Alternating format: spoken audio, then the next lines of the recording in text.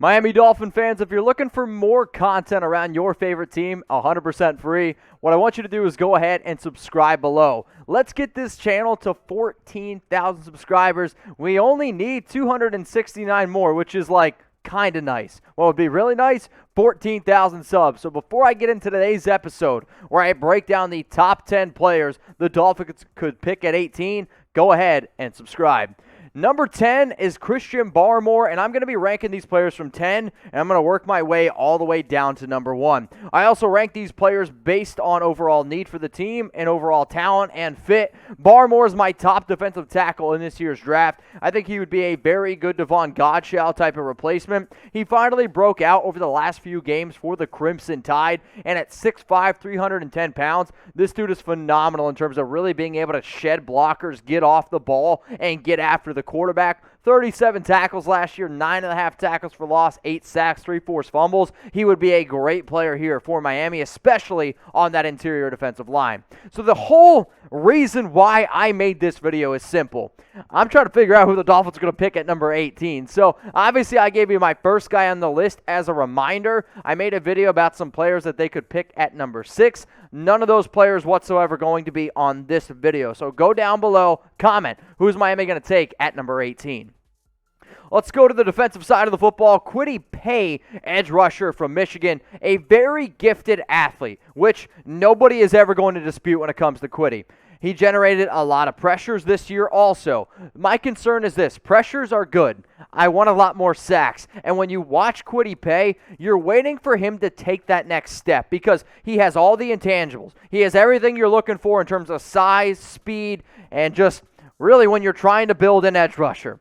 However, sometimes the production's not there, and sometimes he finds himself lost on the football field where you're like, wait a minute, what are you doing over there? His awareness needs to get a little bit better. If he has better coaching, you could really see a very good player out of Paye, but out of all the guys on this list, I think his bust potential might be the highest. At number 8 here, I'm going to go Azeez Ojulari, edge rusher from Georgia. I think he would fit great in this scheme, whether they want to run a 4-3 or a 3-4. He can fit either or. He's going to be that true off-the-ball linebacker. He's the reason, one of the biggest reasons why he's a good pass rusher. His quickness, elite.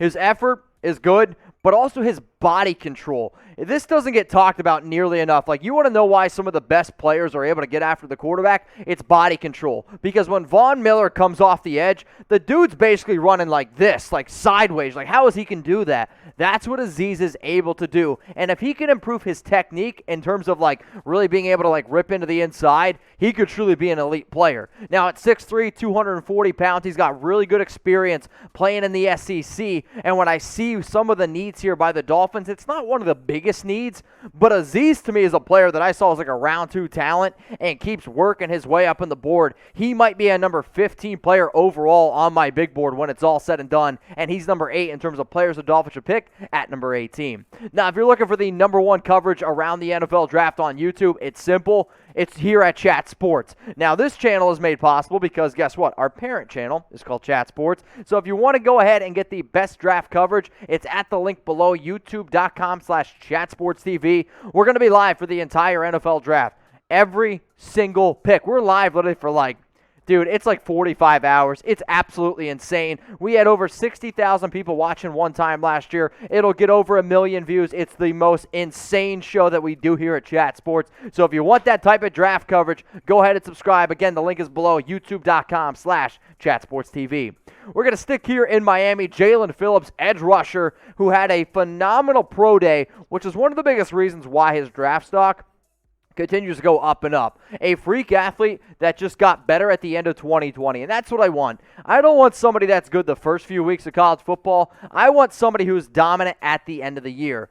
This guy would be the number 1 edge rusher, I think, basically by just about every single draft analyst, if it wasn't for the injury concerns. So 2018, he played at UCLA. He was a 5-star prospect. Took a year off in 2019. Then he played for the Hurricanes in 2020, and he had a very good year. The 45 tackles, 8 sacks, 9.5 tackles for loss, and an interception.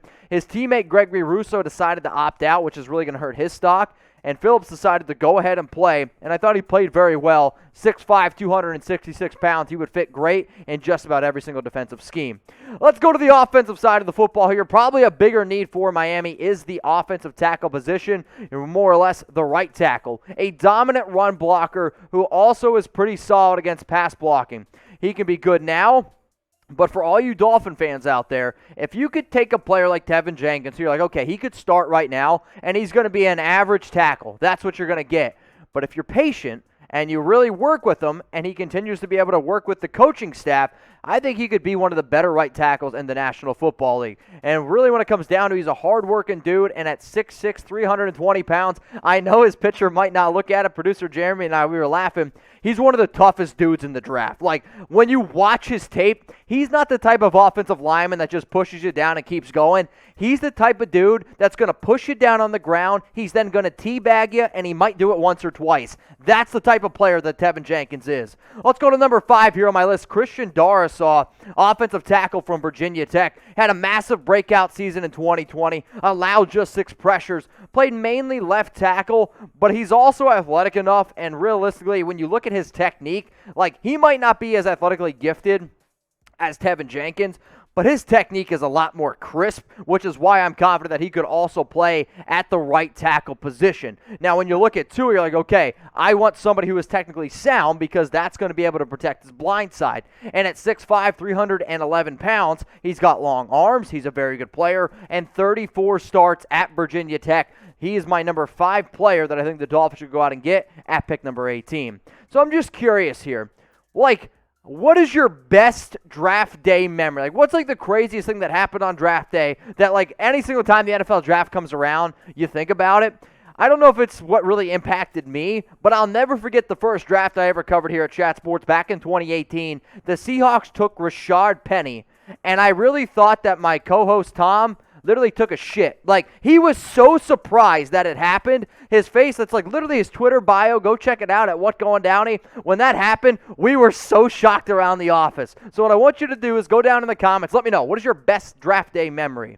Let's go to now number 4 on my list, Najee Harrison. A lot of you are going to be like, wow, why is Najee so low? In terms of talent, he's the best running back in the draft. In terms of need, it actually might be the biggest need that you see here on this list. The reason why he is number 4 has nothing to do with Najee. It's everything to do with the running back position in the NFL.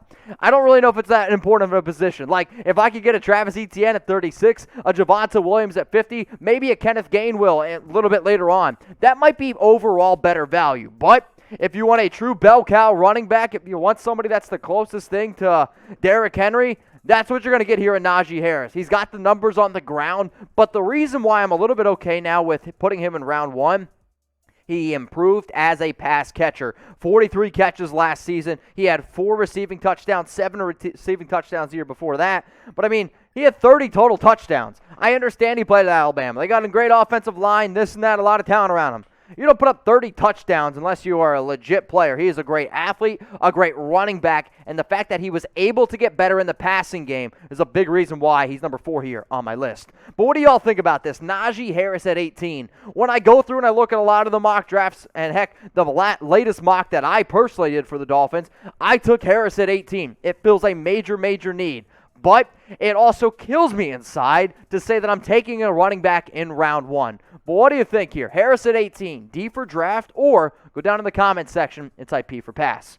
My favorite name here, Jeremiah OWUSU-KORAMOAH, linebacker from Notre Dame. He is an incredible athlete. He can blitz. He can cover. A true outside linebacker. Heck, he won the award for being the best outside linebacker in college football last year.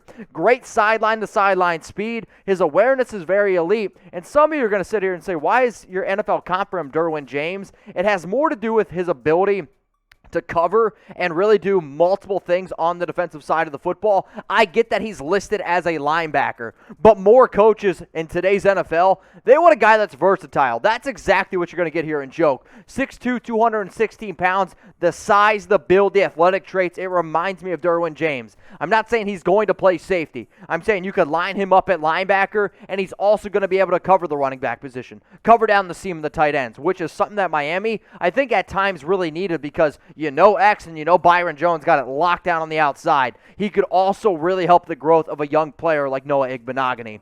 At number 2 here on my list, I'm going to go Alijah Vera-Tucker. We got the big names out of the way. Played left tackle this year for USC, but his best fit in the NFL, it's end up, in my opinion, going to be a guard. It's going to be a left guard. Now, does his versatility increase his value? Yes, absolutely. Is this a player that I know a lot of Dolphin fans are hoping that fall to them? Yes, absolutely.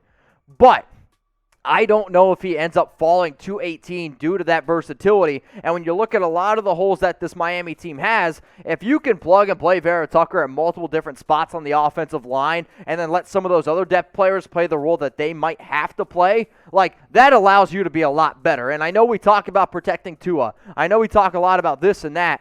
But if you want to be able to establish a running game, you need to be able to establish that interior offensive line. Like, one of the biggest reasons why the Dolphins struggled running the football last year, I believe they were ranked 29th in the NFL, was because the interior line got blown up a lot. Vera-Tucker's going to be able to help you do that, and that's exactly why I have him here at number 2.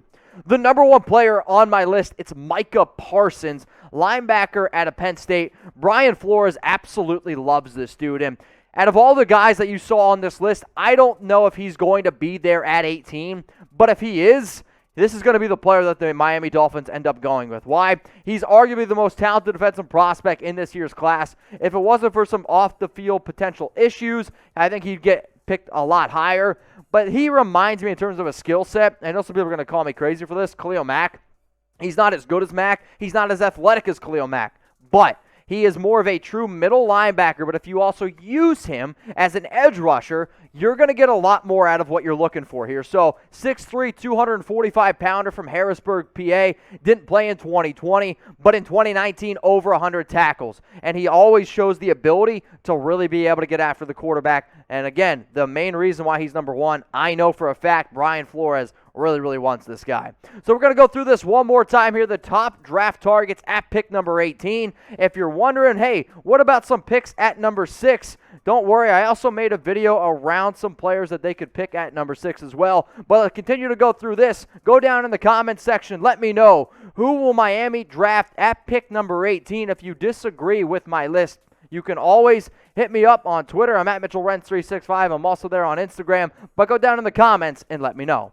Now, if y'all made it this far in the video, I guess that means we're doing something right around here. So if you could, please go ahead and like the video below. And what I want you to do is go check out my Dolphins draft targets at pick number 6. I know a little bit earlier on in the video I said none of these players are going to be on today's show because I believe that there's 6 players that Miami could realistically take at number 6. So as soon as you get done watching this one, I want you to go on our channel and look for this one. Here's the thumbnail. And again, hit that big red button. The link's below.